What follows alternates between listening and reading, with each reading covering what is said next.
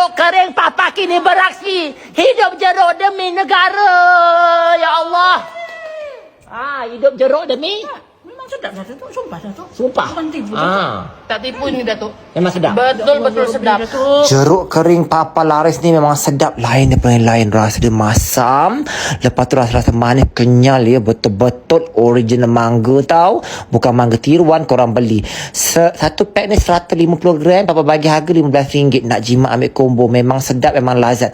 Lain daripada yang lain. Berbeza. Tak ada orang buat lagi. Memang sedap. Korang beli sekarang. Murah meriah RM15. Nak jimat ambil combo. Mesti tak rugi beli sekarang. Stok limited. Belajar Laris, belajar sedap. Cuba kalau orang tengok rapat-rapat, dia punya ni memang tak ada chemical. Kita memang guna harum manis dan bukan daripada Thailand dan memang kita buat betul-betul sedap. Jujur tak, saya nak tanya satu soalan boleh jujur? Boleh. Ada gula ke tak ada gula? Tak ada.